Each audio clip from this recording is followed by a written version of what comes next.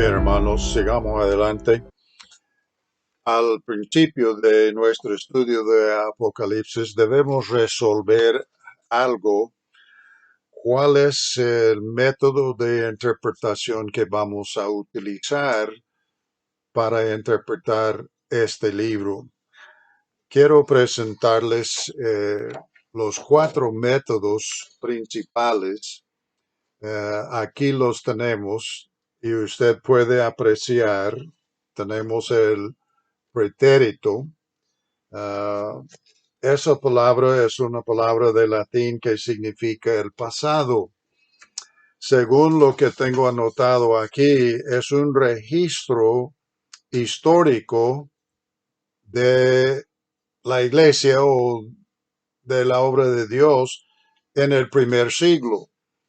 En otras palabras, según los liberales, que no usan el método correcto para interpretar este libro de Apocalipsis.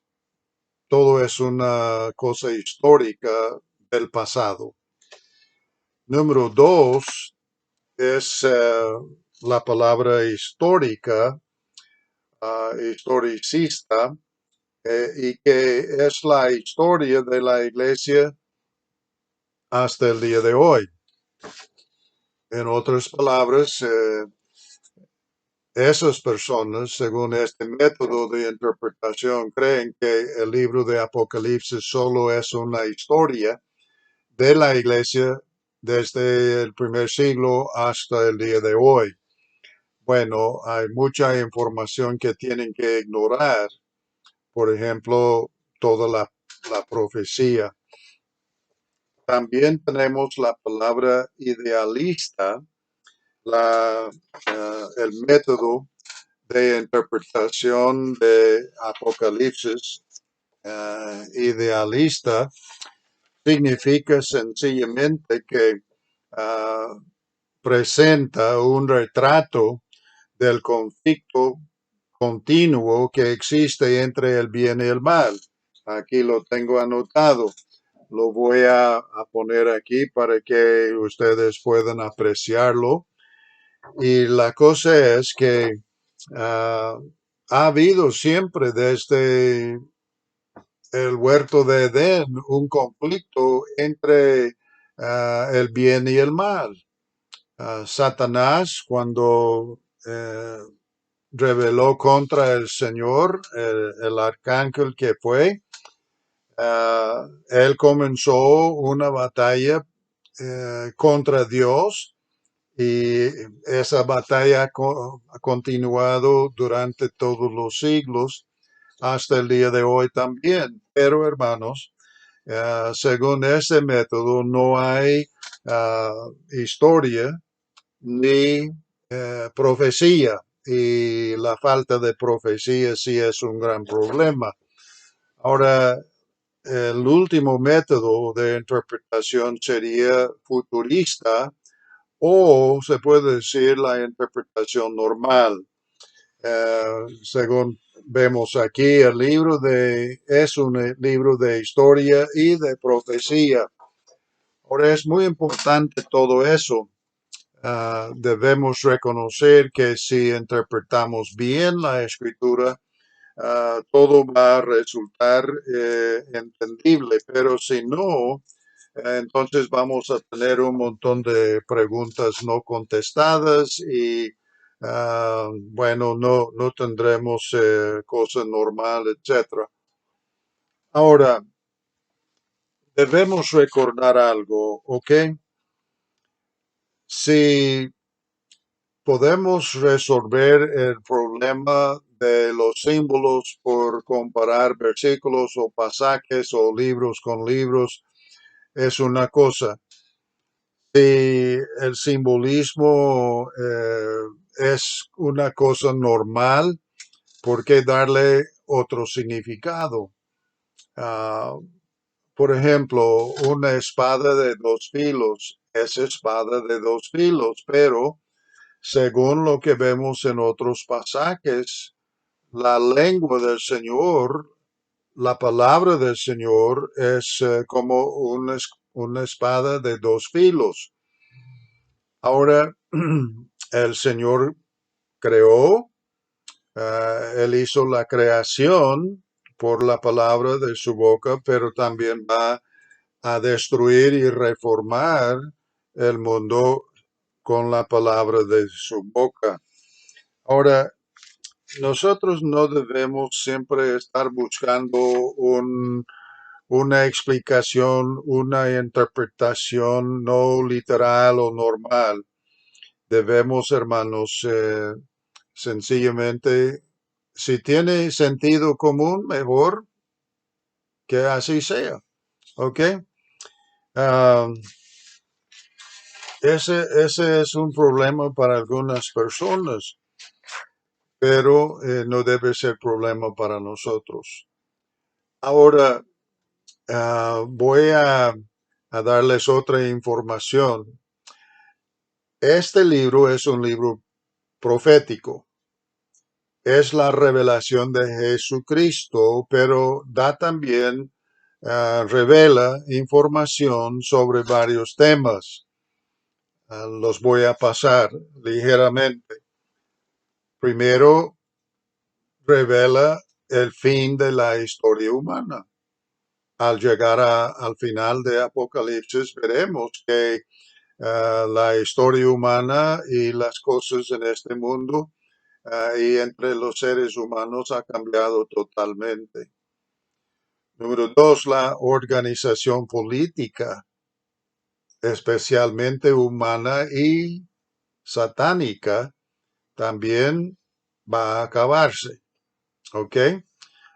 La carrera del anticristo también se toca en el libro de Apocalipsis. También la batalla culminante que se llama Armagedón también se revela en este libro. También se revela la gloria venidera del reino milenario de Cristo. Él va a reinar por 1000 años. También el juicio de los inconversos en el gran trono blanco. La Biblia dice en Hebreos, creo que es capítulo 9, versículo 27, que está establecido para los hombres que mueren una sola vez y después de esto, ¿qué? El juicio. Entonces, el juicio del gran trono blanco va a ser el juicio cuando los hombres inconversos, los muertos, grandes y pequeños, van a ser juzgados. Satanás también va a ser juzgado más adelantito. También revela el gozo eterno de los nuevos cielos y la nueva tierra. También la victoria definitiva de Jesucristo sobre toda oposición humana y demoníaca. ¿Okay? La descripción de la derrota definitiva de Satanás y el pecado. Aunque el Señor ganó la victoria cuando Él murió, fue sepultado y resucitó y está vivo. Pero hermanos, Apocalipsis nos revela uh, la descripción de la derrota definitiva final. También revela la condenación eterna de los no creyentes en el lago de fuego, que la Biblia aquí en este libro llama la segunda muerte. La primera muerte siendo la física. Ahora hay un dicho, uno que nace una vez muere dos veces, y el que nace dos veces muere una vez. Usted puede tener un amigo que dice, ¿cómo es eso? Bueno, si uno nace físicamente y no nace de nuevo, no tiene el nacimiento espiritual por fe en Cristo Jesús, va a morir físicamente, pero va a morir también eternamente en el lago de fuego. Tocaremos eso más adelante. Pero el que nace dos veces, el que nace físicamente y nace de nuevo, no tiene que preocuparse, no tenemos que preocuparnos por la segunda muerte, que es ser lanzado al lago de fuego. Es posible que ni muramos físicamente, porque Cristo puede arrebatarnos antes de que muramos. ¿Ok? También revela el destino eterno y gozoso de los redimidos justos en Cristo en el cielo. Vamos a vivir eternamente con el Señor. La historia de primera página del futuro del mundo, apuntada por el que ha visto toda. Ah, bueno, la verdad es que vamos a tener una historia gloriosa en el futuro con Cristo. Hermanos, Apocalipsis no lo vayan a olvidar, pero demuestra la majestad y en algún momento quizás si logre que Patty me ayude, me gustaría cantarles un corito que tiene título Majestad. Quizás ya lo cantan, pero Apocalipsis demuestra la majestad y la gloria del Señor Jesucristo. También describe los detalles o con detalles los eventos relacionados con la segunda venida de Él. Hermanos, la verdad es que hay muchas cosas que podríamos decir, pero también quiero decir desde el principio, hermanos, algo. Ah, en este libro de Apocalipsis vamos a ver varias cosas referente a Cristo que va a descubrir para nosotros detalles. Ya hemos dicho que Juan fue el escritor, más o menos el año 95 de BC, después de Cristo se puede decir. Ahora, eso se confirma por el testimonio de por lo menos tres personas importantes, Ireneo y el mártir Policarpo, que fue discípulo de Juan. Él confirmaba que Juan recibió la revelación y también uno llamado Clemente. Ahora, más o menos en el año 95, bueno, sabemos que los emperadores romanos perseguían a los creyentes y es interesante que los romanos, que fueron paganos, y los César exigían a la gente adorarles a ellos como dioses. Y si un cristiano bíblico que adoraba al Señor en el cielo y Cristo no quería adorar al emperador, a ese individuo le decían ateo, porque los emperadores, los Césares, se consideraban dioses. Entonces, Domiciano es el emperador romano que desterró a Juan y le mandó a la isla de Patmos. Y nosotros sabemos que Juan tuvo que trabajar allí como esclavo. Creo que hubo ciertas formas de minas allí y los desterrados tuvieron que trabajar en esas minas. Ahora voy a volver a tocar un punto que acabamos de tocar en cuanto al método de interpretación, pero quiero citar al doctor John Phillips, que ya está con el Señor, pero él fue un escritor de comentarios y él explicaba la hermenéutica de esta manera. Dice, la hermenéutica que es la ciencia de la interpretación bíblica, nos presenta las formas correctas de descubrir lo que la Biblia dice realmente en cualquier pasaje concreto. Si el sentido obvio tiene sentido común, no busque otro sentido. Esa es la regla de oro de la interpretación de la Biblia. Hermanos, porque Dios dice lo que quiere decir y Él quiere decir lo que Él dice. Ahora, interpretemos literalmente, interpretamos culturalmente la geografía, la historia, las costumbres, etcétera, pero podemos también tomar en cuenta la gramática. Hay muchas cosas que podemos tomar ah, en formar un método de interpretación, la hermenéutica. A propósito, hermanos, les animo que estudien la historia de la iglesia bautista, por ejemplo. Ah,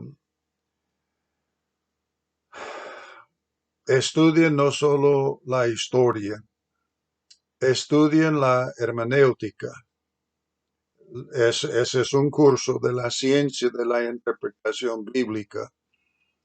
Por ejemplo, hay muchos principios, mucho reglamento que se toma en cuenta para interpretar bien un pasaje bíblico. Por ejemplo, nosotros hemos usado la gramática. Hemos dicho la palabra apocalipsis, quiere decir revelación.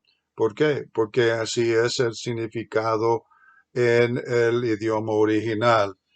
Ahora, también, hermanos, debemos tener cuidado de no interpretar la escritura de tal forma que cambiamos o somos culpables de cambiar doctrinas fundamentales. No queremos, hermanos, aferrarnos a la tradición, por ejemplo, así como hacen muchas iglesias o religiones, presentan ah,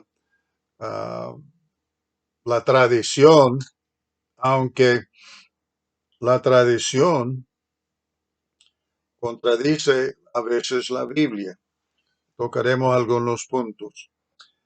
Quiero, hermanos, decir esto. La interpretación que pierde de vista el gran hecho de que Jesucristo es el vencedor y los creyentes seremos participantes en su gran victoria, es una desviación del mensaje principal del libro. El doctor Wiersbe dijo eso.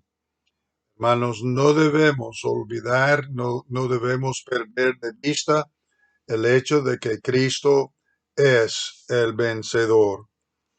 Ahora, también, hermanos, el libro de Apocalipsis revela a Dios Padre en toda su gloria y lo describe en varias maneras. Y hay versículos aquí en Apocalipsis, por ejemplo, en el 4:8, Él es el santo. Dice, santo, santo, santo es el Dios todopoderoso. También Él es el verdadero en el capítulo 6, versículo 10, el Señor santo y verdadero. Él es omnipotente. Versículo 11 de capítulo 4. Dice algo así, digno eres de recibir la gloria y la honra y el poder, porque tú creaste todas las cosas y por tu voluntad existen. Número 4 revela que Dios es sabio. En verdad, Él es todo sabio. Capítulo 7, versículo 12. Dice la bendición y la gloria y la sabiduría y la acción de gracias son de Él. También Él es soberano, hermanos. Capítulo 4, versículo 11. Señor, digno eres. El hecho de que Él es soberano quiere decir que Él está en control de todo, hermano. Nada sucede ah, que no sepa Él. Él está en control. Y Él permite cosas que para nosotros no son buenas, pero si algo sucede es porque Dios lo permitió. Y tenemos que recordar Romanos 8:28.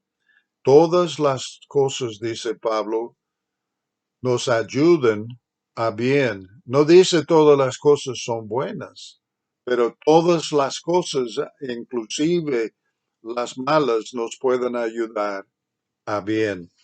Y luego también dice la Biblia en Apocalipsis 4:10 que Él es inmutable. Él vive para siempre, siempre, Él es eterno. Ahora, Apocalipsis es una fuerte fuente, una fuente rica, se puede decir de verdad, sobre la escatología. Es otra ciencia que debemos los estudiantes bíblicos estudiar. El libro de Apocalipsis es repleto de la escatología.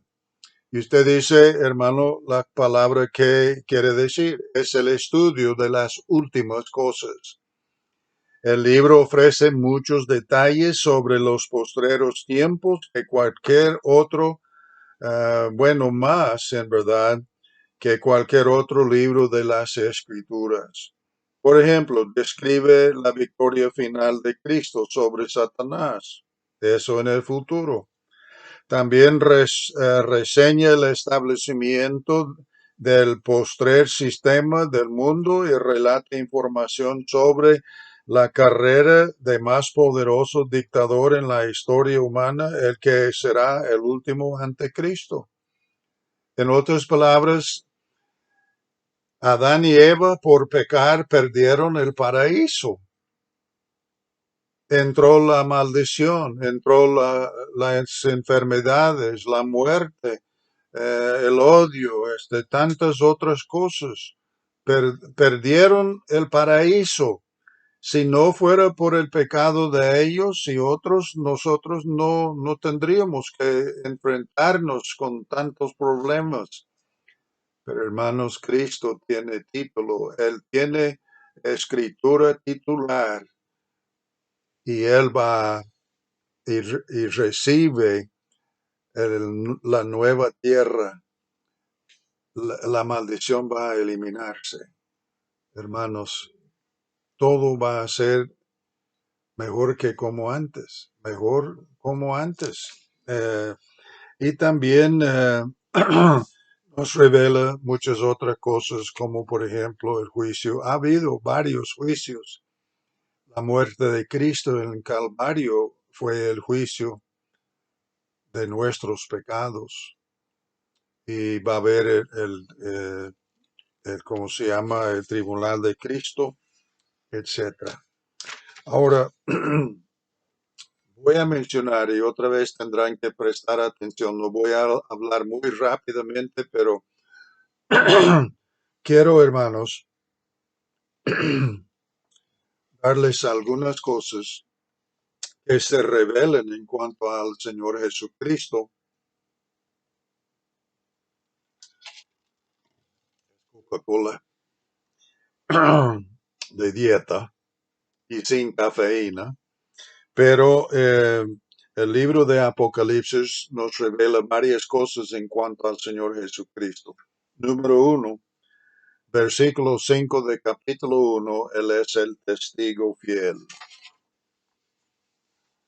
Capítulo 1, versículo 5, Él es el primogénito de los muertos. Primogénito significa no que fue el primero en resucitarse, aunque así fue el único en resucitarse por sí mismo. Los otros tuvieron que ser resucitados por quizás un profeta o quizás por Jesús mismo, como en el caso de Lázaro.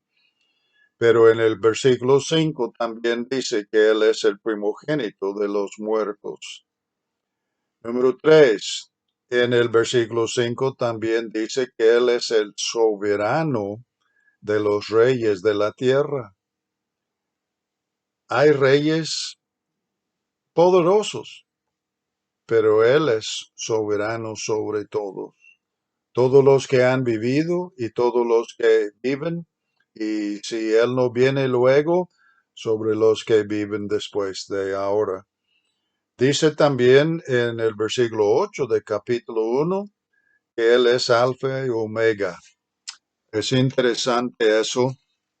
Es la primera letra y la última letra del alfabeto griego. Y aquí tengo ah, el alfabeto griego, aquí siendo alfa y aquí siendo omega.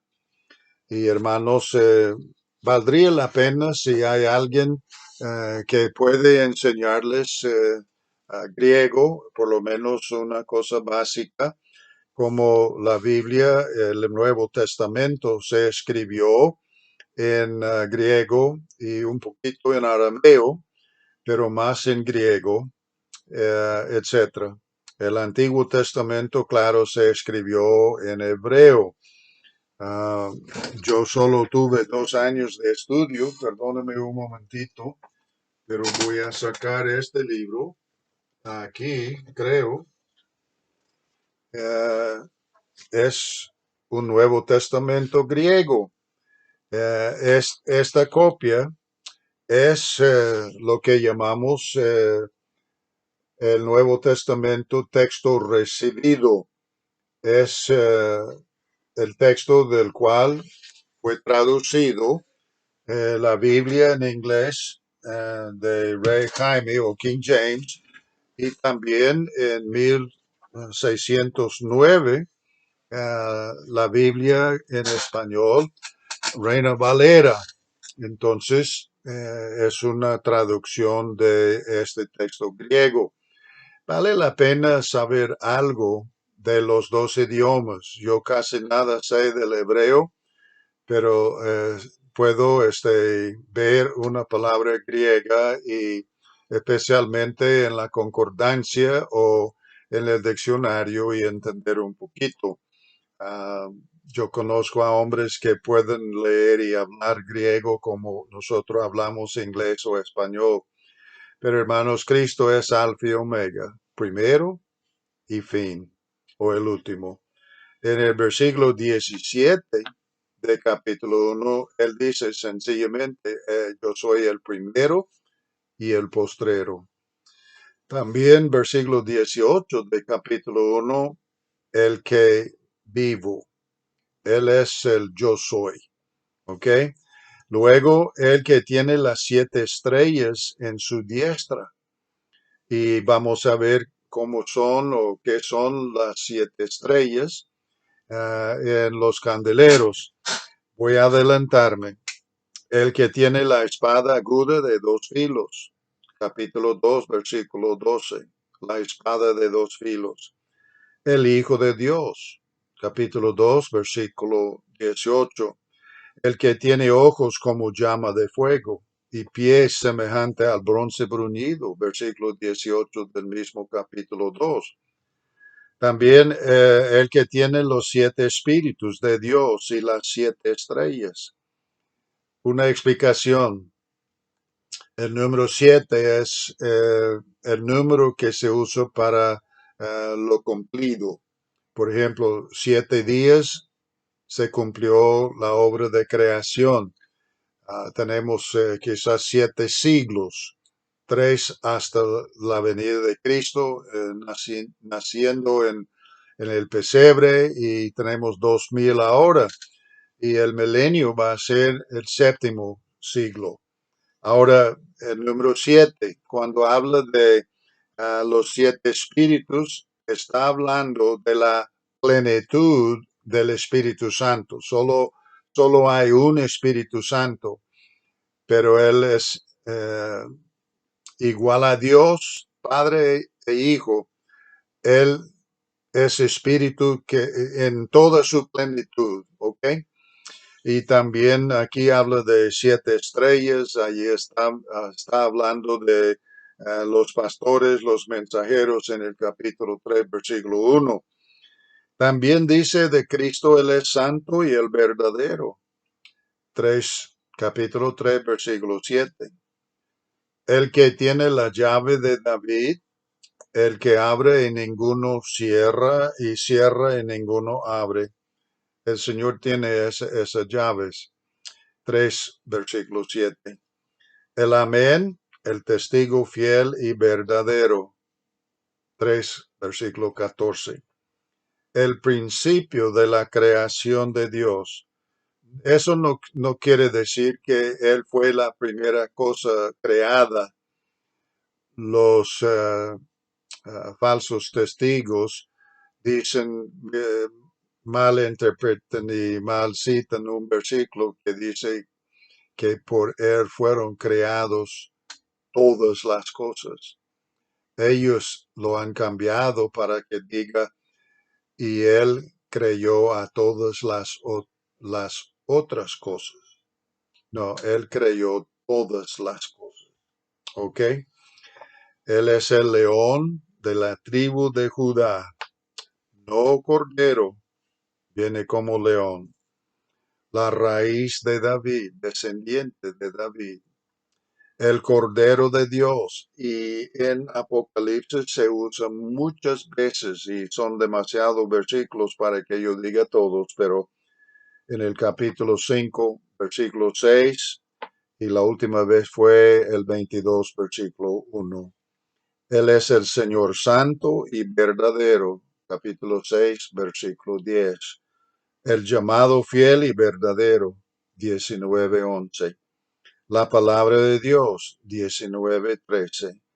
El Rey de Reyes y Señor de Señores, 19:16. Cristo, o Mesías, reinando en la tierra con sus santos glorificados, capítulo 20, versículo 6. Jesús, la raíz y el linaje de David, la estrella resplandeciente de la mañana, capítulo 22, versículo 16. Ahora, estos versículos hablan de Cristo. Esas cosas las vamos a ver, pero hermanos, voy a tomar otro minuto. Además de estos versículos, revelen lo que estos versículos revelan en cuanto a Cristo. Apocalipsis da afirmación, ¿ok? Afirmación a la plena deidad de Jesucristo. Número 1, Él es soberano, capítulo 1, versículo 5. Él es eterno, versículo 17 y 18 de capítulo 1. Él tiene derecho de juzgar a los hombres, 19:11. El Señor dijo que el Padre había dado a él, creo que Mateo, derecho de juzgar, ¿ok? Y él decide quién vive y quién muere. Versículo 18 del capítulo 1. Él es digno y recibe adoración. Hermanos, no debemos adorar a personas ni a cosas. Debemos adorar solo a Dios. Él también reina desde el trono de Dios. Estamos diciendo cosas que confirman la deidad de Cristo. Capítulo 22, versículo 1 y 3. Además, este libro afirma su igualdad en cuanto a esencia con Dios el Padre al aplicar a Jesucristo los pasajes que se usan y se mencionan como Deuteronomio y Proverbios, Daniel, Isaías y también Apocalipsis 1, 18, etc. Ahora, hermanos, el Señor es Dios. Muchas gracias.